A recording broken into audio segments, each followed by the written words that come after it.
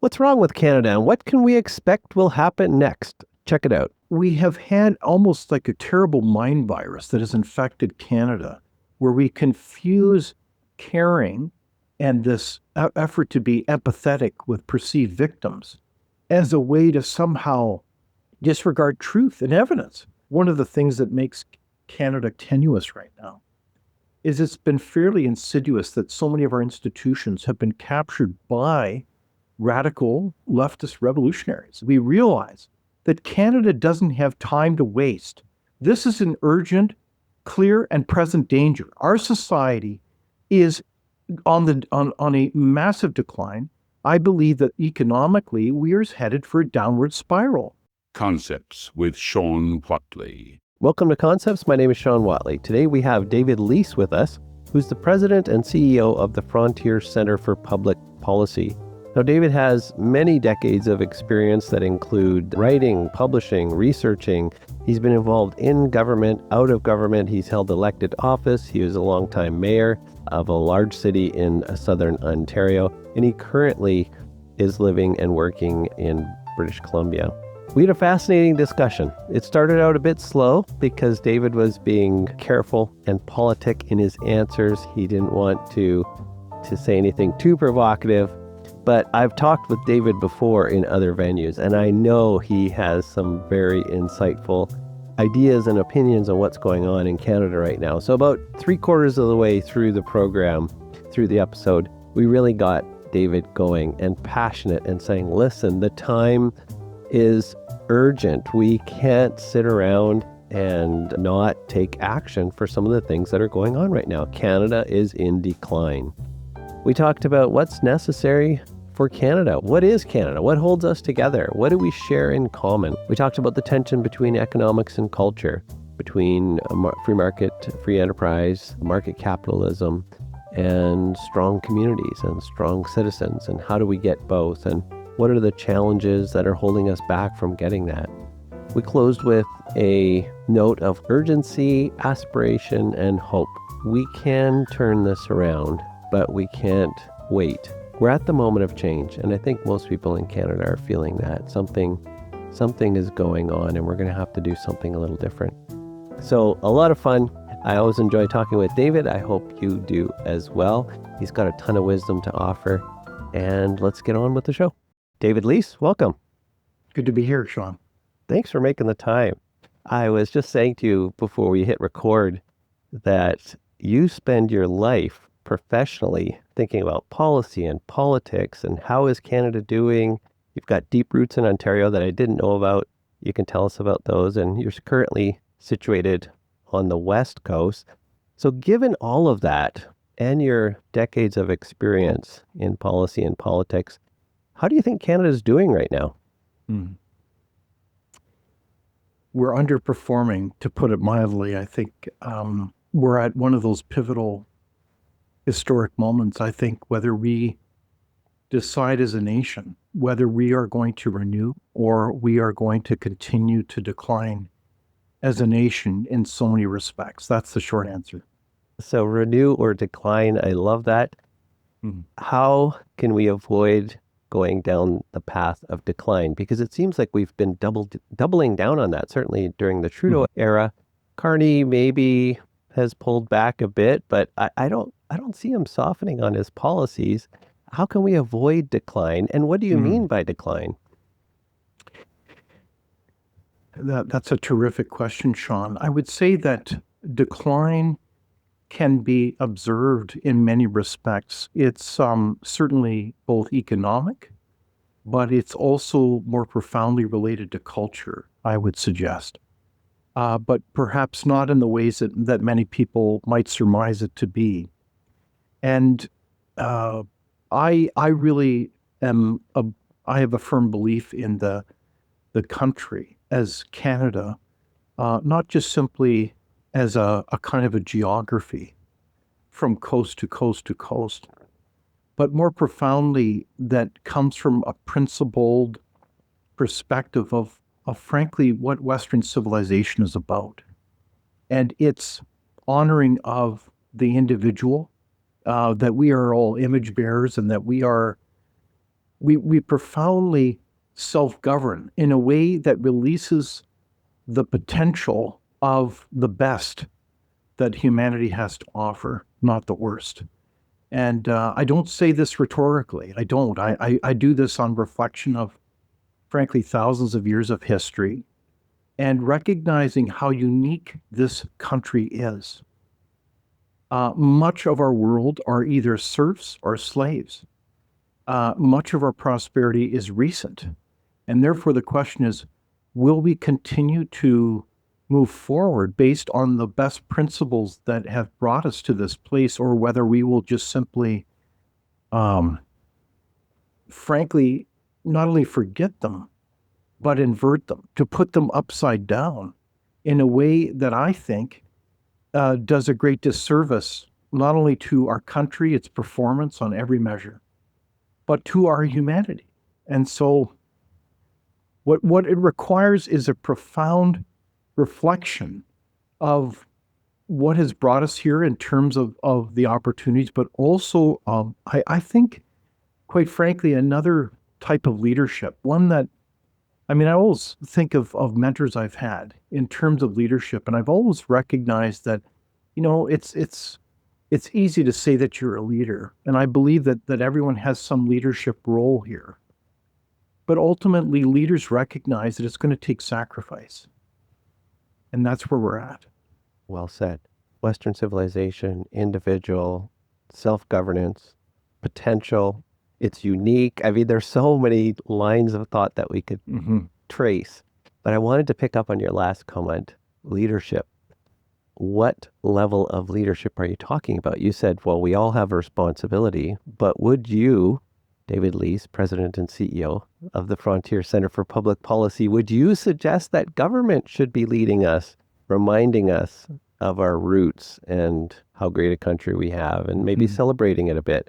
Or do you land more on the side of saying, yeah, that's too risky. I'd much rather government just stay totally neutral and don't tell me anything about what's good in the world, because they might pick something really weird to celebrate. So where do you land on that? You say leadership. Are you thinking government leadership? Or would you really rather government completely stay out of the culture game? The short answer is yes. Governments need to lead, but in a particular way, with a particular recognition of those principles that enable the people to lead their own lives, to empower them on every policy file. And I can give you many, many examples that I think are very exciting that can enable people. So government has a particular role, but so does other parts or institutions in our society, individuals, but most importantly, citizens. Citizens have the opportunity to lead, and we need to empower citizens to be able to have the information they need, not through opaqueness or silly games of hiding information, but to empower them. And I believe in the power of subsidiarity, the principle that we move and delegate power as close to the people as possible. We don't nationalize things. We don't put them in faraway places like Ottawa. We put them with the provinces and the local governments. And more to the point, we give it to citizens. So instead of, say, having a centralized public bureaucracy, and no offense to the wonderful people that we have in education, but we give the money to the parents like they do in Sweden. We enable them to make choices about how they can best educate their children. And this goes to the point in healthcare. Every public policy file, if you look at its performance objectively, the evidence, the facts, you find that virtually every public file has been, frankly, undermined and made a mess of because we've not gotten these basic concepts. And that's what we need to keep in mind when it comes to leading our society together. Yeah. So I agree with everything you've said. And I'm also made aware of the fact that you've had years of experience as the mayor of a large city. So you're very good at not getting into, I'm trying to trap you in a corner, David. I'm trying to get you to commit to something that you can't get out of. So I'm going to try a different angle. Do you support the notion that Justin Trudeau said years ago, I think it was 2015, that Canada is the first post-national state. I suspect you don't agree with that. And if you don't agree with that, what do you have in mind as an alternative to Canada being a post-national state? Mm-hmm. Well, I would have to, in all due respect to terms, language are very important. I would have to clarify that with the speaker in this case and clarify their terms. But I'd say essentially the answer was poppycock. Yeah. It's nonsensical. There is no such thing. I would point to the importance of principles like accountability and transparency. So if we look at governance models, it's very important to have transparent lines of decision making and roles. And I believe that the national unit, if you term that, are very important. And I think that's the basis in which we work together. We have all kinds of allegiances as citizens to our family, our community. Many would say our God. We would also say that we also have allegiances to our nation because we work together as a team. And these are the natural boundaries that have both a geographic boundary, but a sense of purpose and unity. And this is how we are able to self-govern ultimately to create a better society. So I think that the idea of a post-national state, as much as we will work through kind of multilateral allegiances internationally, we know what those are. We want to keep sovereignty over ourselves. And ironically, if we don't believe in that, I don't know what this absurd elbows up political movement was all about. Yeah, well said. You mentioned team, unity, purpose. I agree 100%. And I think even a decade and a half ago, you didn't really have to say, well, what is this team about? What game are we playing here? How do we score? Do we kick a ball or do we shoot a puck? We didn't have to actually define what it meant to be on this team. Do you wear equipment or don't you wear equipment? Whereas I feel, and I think we could say with objective evidence, that we've lost a sense of what game we're playing, what team we're on. Never mind disunity. Even if we were to try to bring people back together, what is the source of our stickiness? What game are we playing? What goal are we trying to achieve? Given all the protests in Toronto, we had really 2 years of protests after the Hamas thing. And it became an objective truth that some cultures are better than others. And I always quote the philosopher Leo Strauss. He said, if all cultures are equal, then cannibalism is merely an issue of culinary taste. And so, yeah, the point of that is to smile and say, okay, well, thank goodness we're not talking about cannibalism. However, there are cultural differences, and there are things that as a Canadian. You don't drive over the mother duck and the ducklings in the spring. You just know that. You stop. You don't go and fish the salmon when they're going up the river to spawn. You don't throw your garbage bags. I live just outside of Toronto. People often drive up here and toss their garbage bags in the ditch outside. We've got about 1,000 feet of frontage here. It feels rural, but we're not remote. And I just think, didn't your grandmother tell you not to do that? So I don't know if that's just bad parenting or if it's a cultural difference or what it is. But hopefully I've given you lots of runway to answer this however you like. What is the source of our stickiness, and how do we, whether you're born here or you came here or you've only been here 2 generations, whatever, you're a Canadian, what holds us together now, and how do we emphasize that stickiness? Well, it's a great question, Shawn. I would say that we have a long tradition. It's an extraordinary tradition that has been largely based on many Judeo-Christian values or principles. And I don't mean this in a trivial way, regardless of whether you are a believer or not. But not all societies have these types of principles of kind of it has to do with the genesis, really, of our Anglo-Saxon concepts of freedom and self-governance and truth-telling. So if I were to simplify this, if we look at societies, at the base of it is an epistemology, a belief in how you come to grips with truth. Mm. And not all societies have that assumption that truth is to be discovered and debated.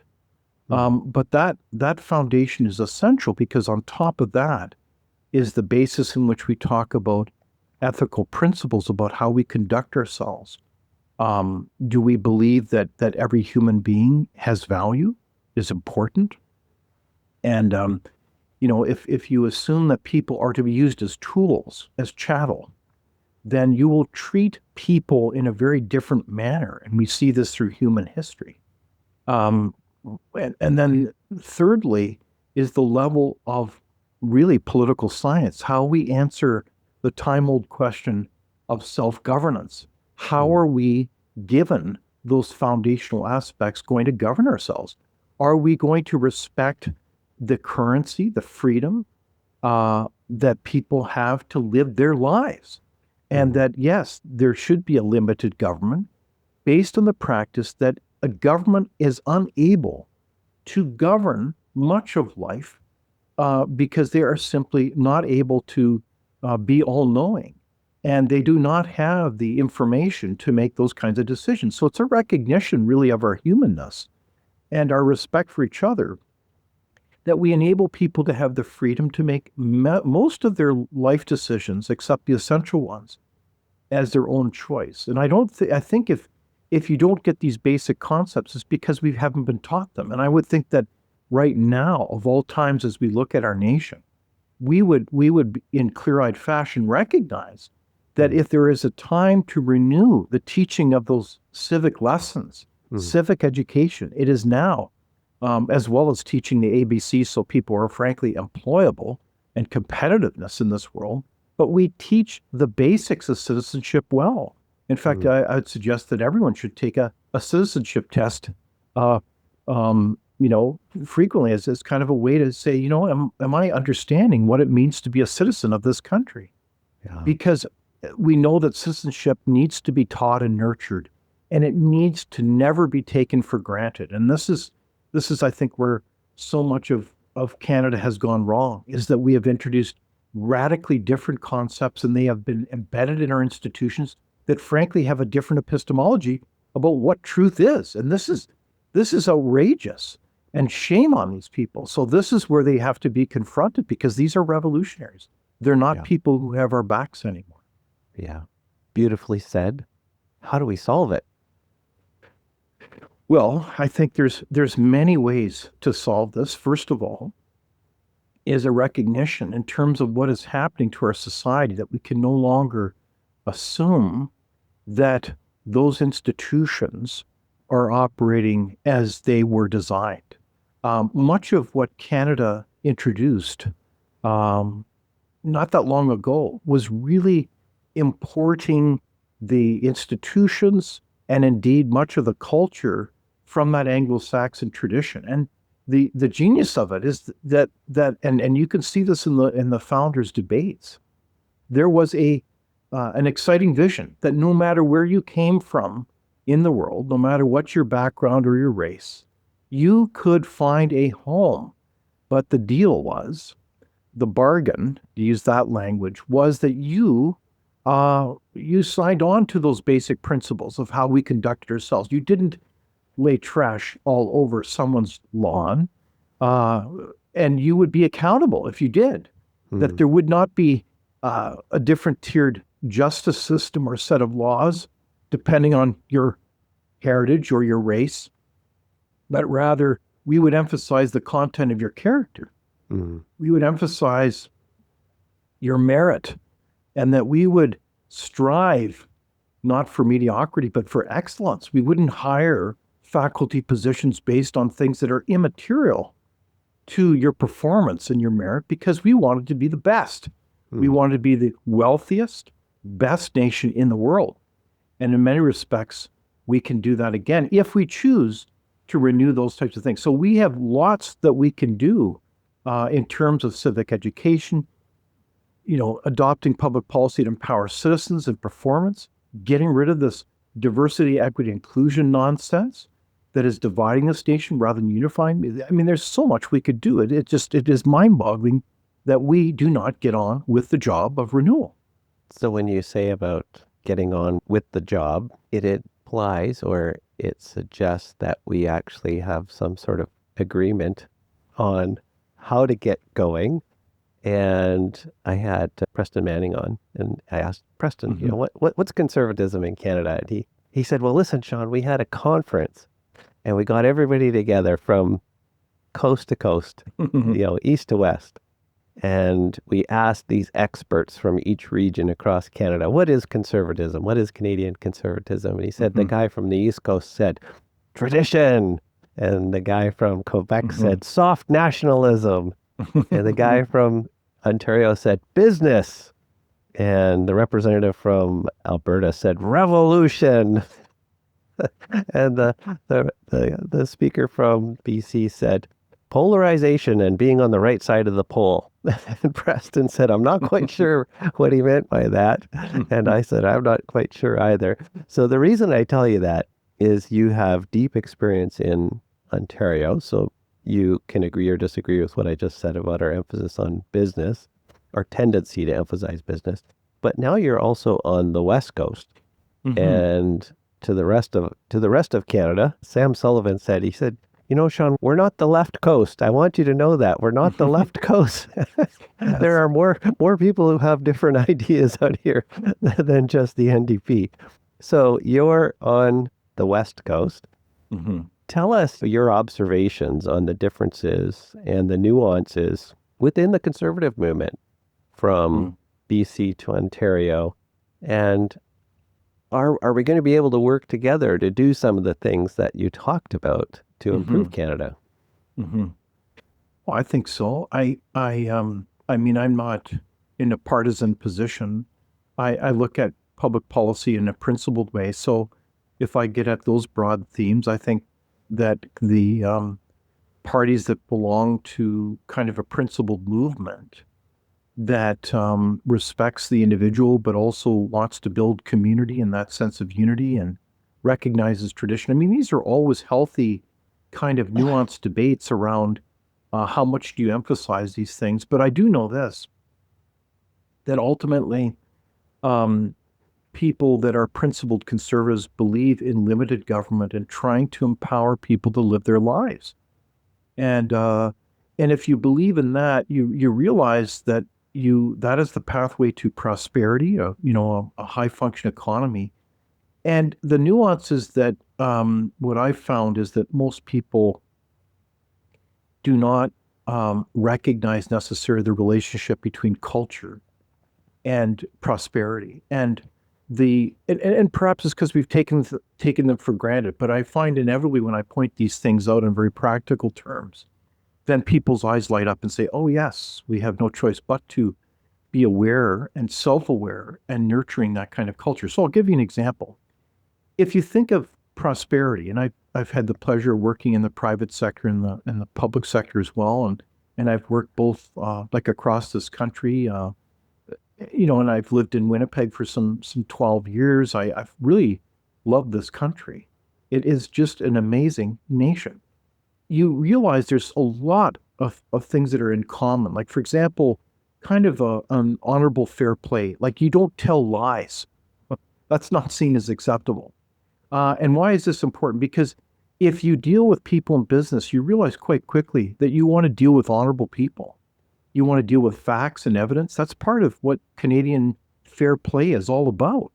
We don't just make up stuff. And so, and people are fairly, caring about the welfare of others. And I think that's a great strength. But we have had almost like a kind of a terrible mind virus that has infected Canada, where we confuse caring and this, effort to be empathetic with perceived victims as a way to somehow disregard truth and evidence. And if you don't, and I would argue, if you are loving or caring to use that kind of language and it has theological overtones, it means nothing if it's not grounded in truth. And so the room for debate, freedom of speech, evidence, the scientific method, for God's sake, disappears if you put those things aside. And this is the heart of, I believe, Canada's problems now, is that we are more intent on playing not just these empathetic games, but also political games, that we put aside the truth. This is, to be clear, a declining nation, and it's all around us. You can see it. Does it mean that we don't have some strengths to build on? Of course it doesn't. It means that we have a lot of work to do to renew this country. And it begins with some very important truth-telling and debate. So whenever you see parties trying to criminalize freedom of speech or introducing bizarre concepts that somehow there's, hate speech and that my offense is a pretext to shut down someone else or my political opponent, these are massive red flags that our country's off the rails. Well said. When you mention truth, debate, evidence, logic, I'm cheering the whole way. Yes, yes, yes, Yes. yes. And inevitably we get into things that can't be measured. So not everything that matters can be measured. Not everything we measure matters. I have no quantitative proof to prove to you that my mother loves me. Or, there's many things that are really, really important that we can't prove with logic or evidence. We just know. And when we start getting into politics and policy and culture and whether we spend money on this versus that, or how much tax dollars we collect to do this good thing or that good thing, we're often in the realm that takes us beyond evidence-based policymaking. As much as we want to be quantitative about it and rational about it, we get into these areas, like you said, about sentimentality and emotion and caring. You mentioned empathy gone off the rails and people resisting evidence and reason and merit and logic. How can we push back? Because people are going to say, David, you're an uncaring meanie. Yeah, how dare you? Where's your heart? So how have you been able to, because this is your life, right? You do research, you publish policy papers, you say, these are the facts. What do you do when people say, well, you're not being very nice? Well, I would clarify, what do you mean? The secondary question, but I would sincerely, I think that this is one of the opportunities for us now, is that much of what we've been advocating for is not working well. And I think of many issues, really, one has to pay attention to tone, that we, just because we may disagree doesn't mean that we don't want to enable people to do well, our fellow citizens. But there are red lines in our society. We do not advocate for violence. We do not advocate for different rules for different people. And this is where you need a kind of a perspective that challenges each other and says, you know what, if you really do care about the future, let alone the next generation, we want to ensure that not only do we have prosperity, but we have a society that really does try to do better at understanding what truth is. And that is a healthy debate. And so if we need to celebrate those truth tellers, those people that are out there and raising uncomfortable, questions. That is one of our strengths as a society, and we need to safeguard them. That is a precious asset, a strategic asset in our society. And so I really look at it, Shawn, as I've had difficult conversations about all kinds of issues, it is remarkable how much openness there really is. But I think it's how we approach those discussions. And I would say that one of the things that makes Canada kind of tenuous right now is it's been fairly insidious that so many of our institutions have been captured by radical leftist revolutionaries. And I'm sorry I've had to I've been in senior posts and post-secondary, and I've seen this up close. I've seen this kind of train wreck happen over decades. And so the spot that we're in as a country did not happen just over 10 years. This has been a slow train wreck. I would argue going back to kind of many strategic screw-ups. I had the pleasure of actually studying with different parties and universities, including different constitutional lawyers. And I would say that when the introduction of the Constitution happened, the one in '82, I argued against it. I thought it was flawed in many respects, and that's borne out to be true. Yeah. So this is where we have to pay attention, and everything's kind of at stake here, because if we don't have a commitment to these bases of the rule of law, to all kinds of assumptions around a basic epistemology of truth, then I don't see a future for our country. I really don't. Yeah. So I love what you said about institutional capture, and I think you have a background in education. You've served on committees and in senior posts. And so as you're talking, I scribbled down curriculum, OISE, the Ontario Teachers College. A friend of mine, a retired federal judge, said, Shawn, the Ontario Teachers College is really a progressive finishing school. I mean, that's where you go to really make sure you understand. It's a rat's nest. Yeah. Yeah. So, David Leis, you're now Minister of Education, and you want to see some change.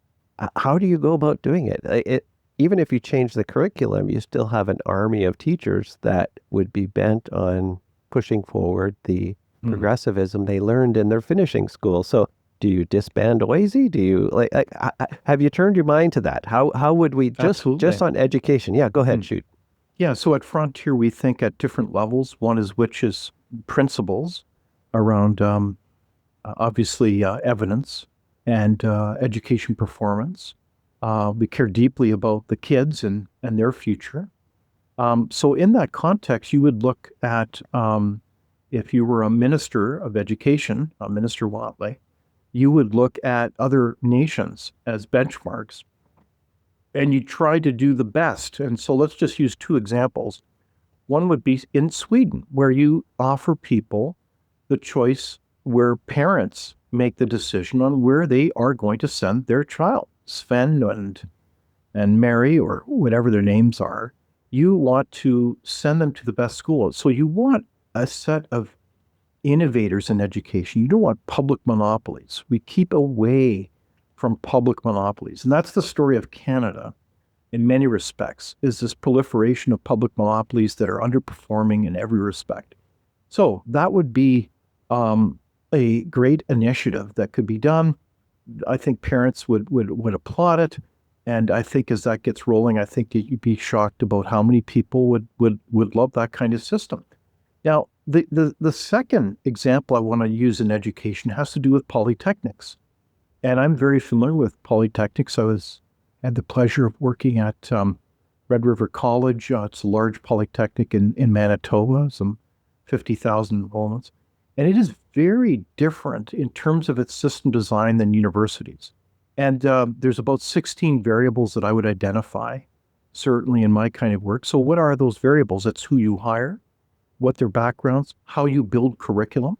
For example, polytechnics don't just simply develop curriculum as a quote academic exercise. They develop them through what's called a DACUM, a designing a curriculum. It's a very interesting methodology that you have to be trained to develop, and it works with the community or industry to create a job-ready grad, but that also has the critical thinking skills, but is also tied in with some degree of looking ahead for labor force requirements. So the point is that Finland was a laggard in education, looking back to the 1970s, and they looked at this and they said, this system is not working from K to post-secondary, and we need to revise it. So they introduced a part of the system that was working, namely in polytechnics, and that's when they flipped most of their universities into polytechnics. And if you can look at Finland, they're one of the highest performing educational jurisdictions in the planet. So we need to pull a Finland. We need to be able to think outside the box and think of transformative ideas that will move us forward. And this goes back to the point of leadership. Surely we realize that Canada doesn't have time to waste. This is an urgent, clear, and present danger. Our society is on a massive decline. I believe that economically we are headed for a downward spiral. The capital is flowing out of this country because Canada is a hostile place to do business. So if we want to renew, we have to think full stop at every key lever that we have and move forward. And if a politician doesn't get that, then they need to get out of the way. Because we need people in there who are about change. And if they are one-term persons or servants, so be it. We got to get the job done. And I love the way you've described practical ways to drive change, certainly starting with choice. Here's a different option. We'll build an option that actually delivers what industry needs, as opposed to just what we think they deserve to get from us.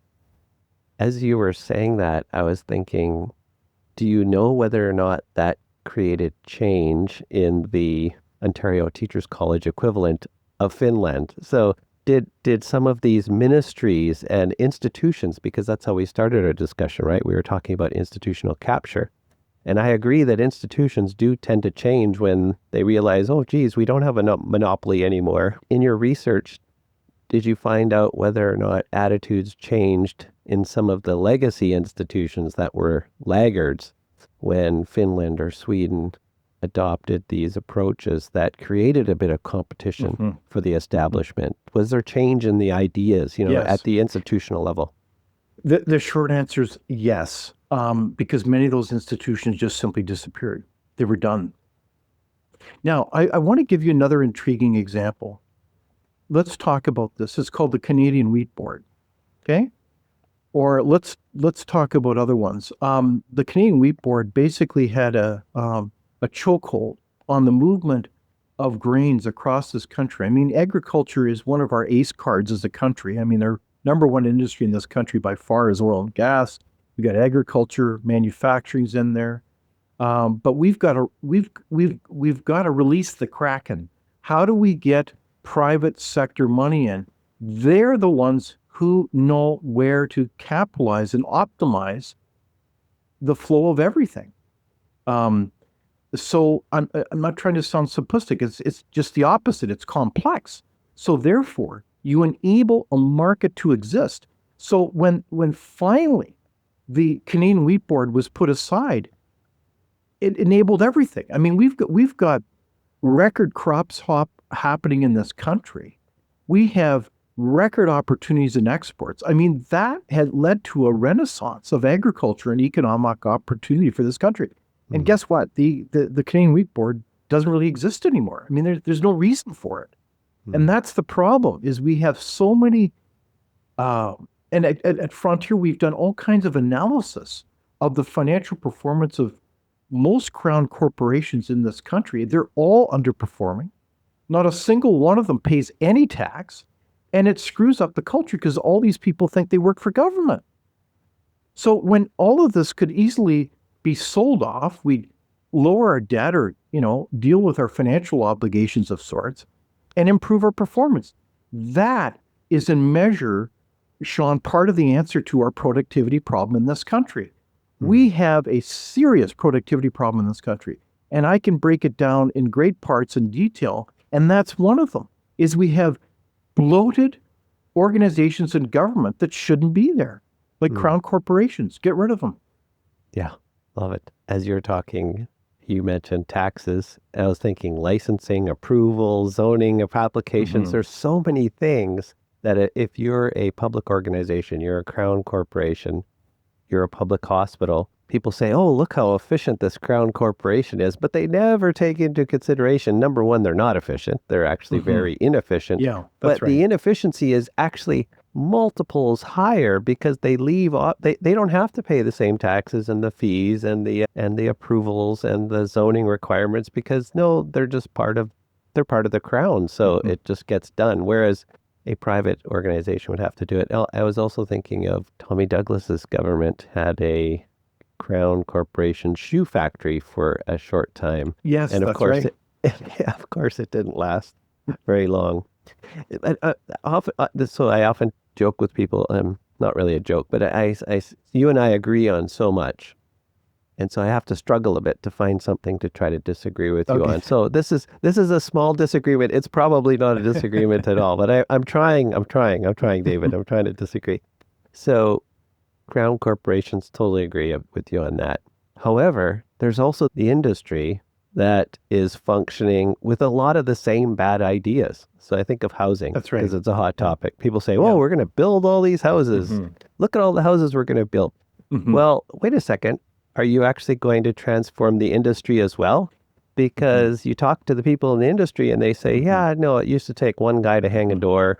Now it takes three guys. You got to have one guy to do the frame, one guy to do the trim, one guy to hang the door, one guy to supervise." And this is in private industry. Yes, it is. Because the labor groups have come up with rules and regulations and protocols and special licensing. You can't put a light switch in unless you have this particular license. I'm just making this up, but as an example. So hopefully that's given you enough time to come up with a response. Yeah. How do we transform the industry itself? Okay. That is very interesting, Shawn. So there is an element of this productivity challenge that is vital to understand in Canada. Part of it comes from our proclivity of government to enable oligopolies, and we see them all around us. And that doesn't serve us either. So there's different layers to this. So there's not only the crown corporations, there's too much red tape and all the rest, but there's also too many oligopolies. You need competition. So it's very important to pay attention here. So there's people that are, quote, business advocates, but they are not advocates for competition. And that's a very important point. So what we need to do, again, is empower markets so they can better serve Canadians. So, for example, we see this in what it would be, cell phones, right? We see this in mobility plans. We see this in airlines. We see this in all kinds of aspects of Canadian business that need to be opened up. If you look at banking as an example, from what I have been able to see in terms of literature, you've got at least 5 or 6 points right there in the GDP that could be unleashed if we open things up. Now, and I'm not trying to sound like I'm creating like a black and white cartoon here, because obviously there's been a history where regulators have chosen more safety and security of your deposits. I don't want a Wild West kind of thing. No one does in terms of your money. But we've gone too far in terms of the pendulum. So your banking fees are among the highest in the OECD countries. I mean, this is an atrocious situation. We need competition that better serves Canadians. And I think this is also a very important angle as it relates to explaining the underperformance with respect to business investment in this country. We are about a fifth of the United States. We are also underperforming when it comes to nurturing small business. It's very difficult. We should be there to enable small business and medium-sized businesses succeed. It shouldn't be just a big guy game where they just elbow out everybody else. So there's so much opportunity in this country. I mean, honestly, within 5 years, we could just move, we could rock it off if we wanted to, I believe. Yeah. And this is where I am very excited about this country if we can get our act together. Yeah. But we've got to bear down. And anyway, so you're getting me wound up again, Shawn. But quite frankly, that's what I was trying to do. Why? This is what I was trying. Yeah, this is what you do. Is we need to really realize that we are our own worst enemy. It's not Orange Man bad. I mean, that's a big enough challenge as it is, and that has to be nuanced and understood as well. But if we, ironically, want to be a strong, free, prosperous, sovereign nation, now's the time to get things together. Yeah. And we have to stop the political gamesmanship and all this stuff Like this recent resolution in the House of Commons about pipelines. Why wouldn't everybody join hands across the party, across the aisle, and say, yep, we want to get this thing done. Full stop. And that's the principle. There may be ups and downs and this and that. We get that. But we want to go forward now. Yeah, Isn't well that what said. people want to hear? Yeah. Instead of like this, like, things are burning, right? Things are deteriorating. Things are rotting. And we can't even get political leadership that gets its act together like that? I don't mean this in a partisan way. I mean this from a leadership point of view. We need leadership. It's almost as though they don't feel the pain that a lot Yeah. of people they're insulated somehow. And, Ironically, it's like they have no empathy. Like, where have they been? In Yeah. some kind of bubble? Like, Yeah. seriously, I run across this all the time. I could, my dear wife was emptying the freezer and came across this beautiful sirloin tip roast. Like, seriously, I cooked it the other night and it was delicious. And I don't recall the metrics in my head. But it was $20. It was from 3 years ago. And now I look at the same product and now it's like 60. Okay, so I understand part of what's driven that inflation, and it's not pretty. So anyways, you really have to be clueless not to realize that people are hurting in this country. I think of the recent Abacus poll that says some 2/3 of our nation feels like they're in precarity. They feel precarious. This notion of precarity. They can't meet their a paycheck away from losing it. Like mortgage payments, groceries, everything. So people got to wake up and say, this is unacceptable. This status quo is not working. And the question I always ask in public policy is, who is serving whom here? Yeah, well said. Agree with your comments that you made earlier on culture. I agree with your comments now on markets. And I want you to solve a problem for me. I haven't figured this one out.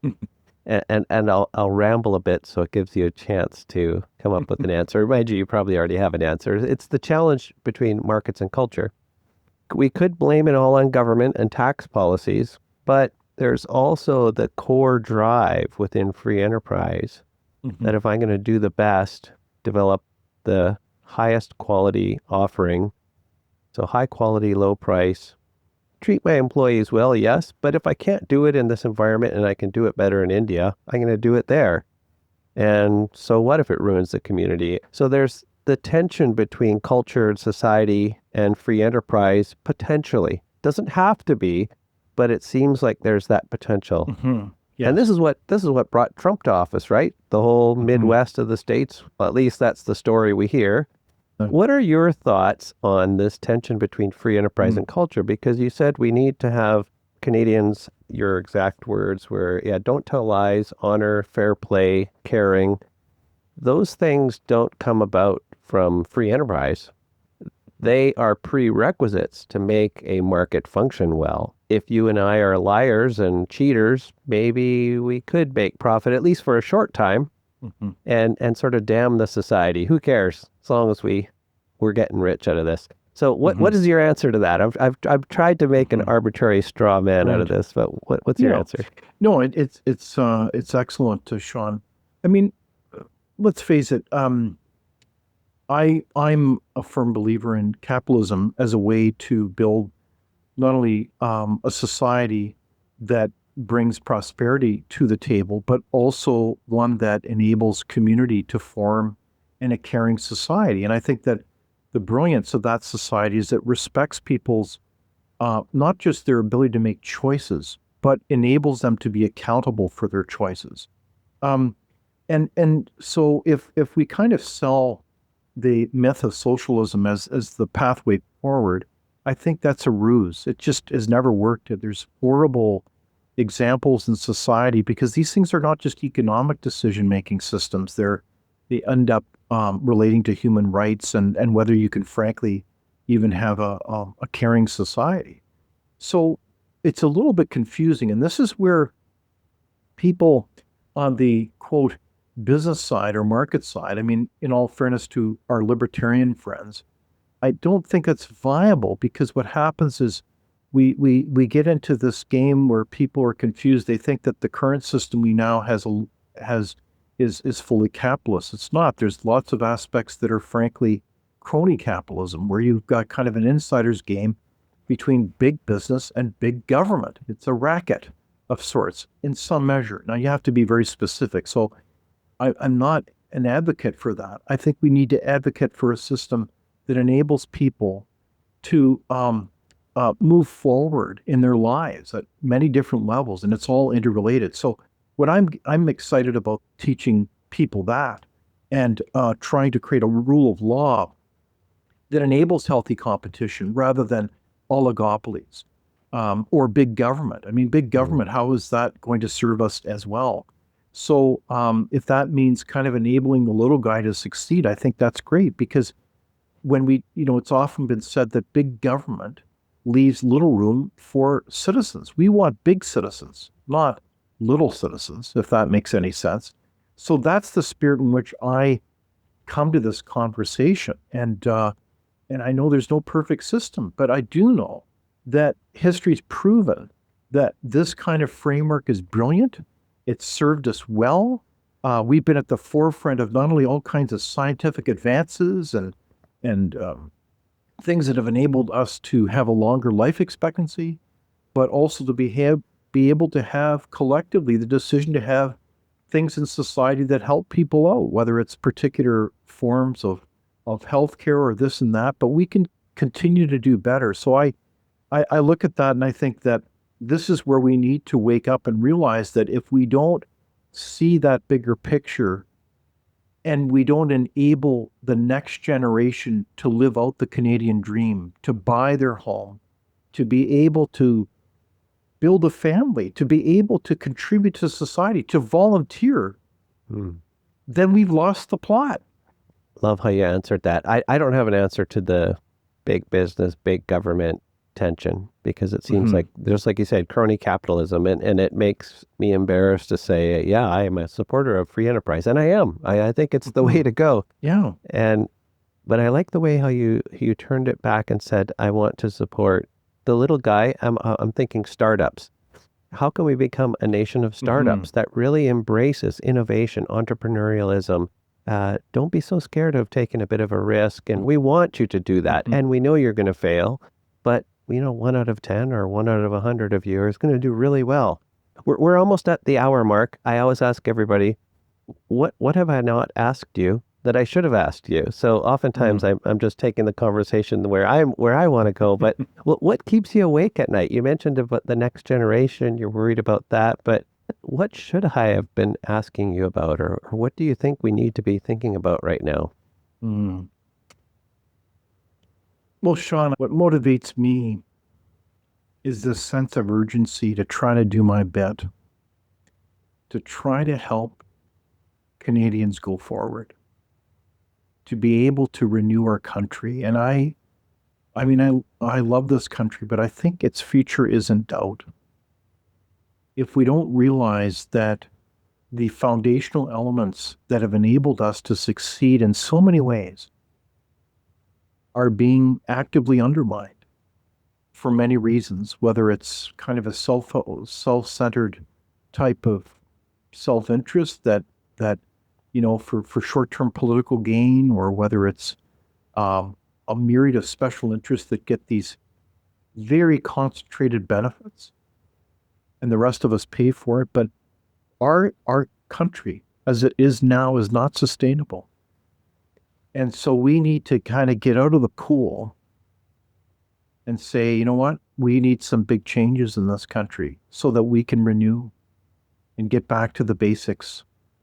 So, I know that sounds awfully histrionic, but I just challenge anyone to take a clear-eyed view of what is around us and say, what is the status quo now is not working. And so it behooves us to think as citizens not only about our rights, but our responsibilities, and again, to engage.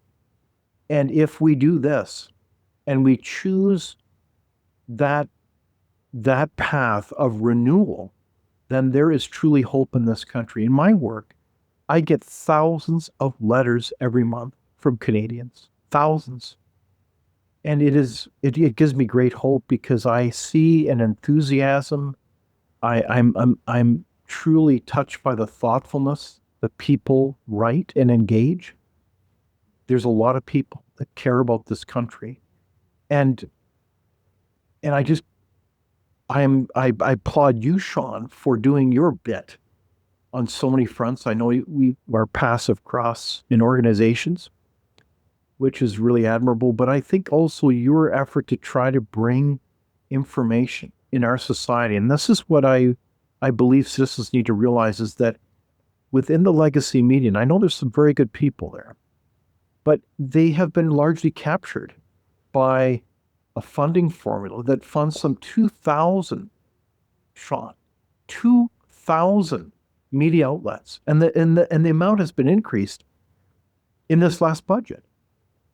And they can report on basic things, but otherwise they are all in on how we define reconciliation and who isn't. But no, this is from the government's perspective, or DEI, however that's defined, or, quote, climate alarmism.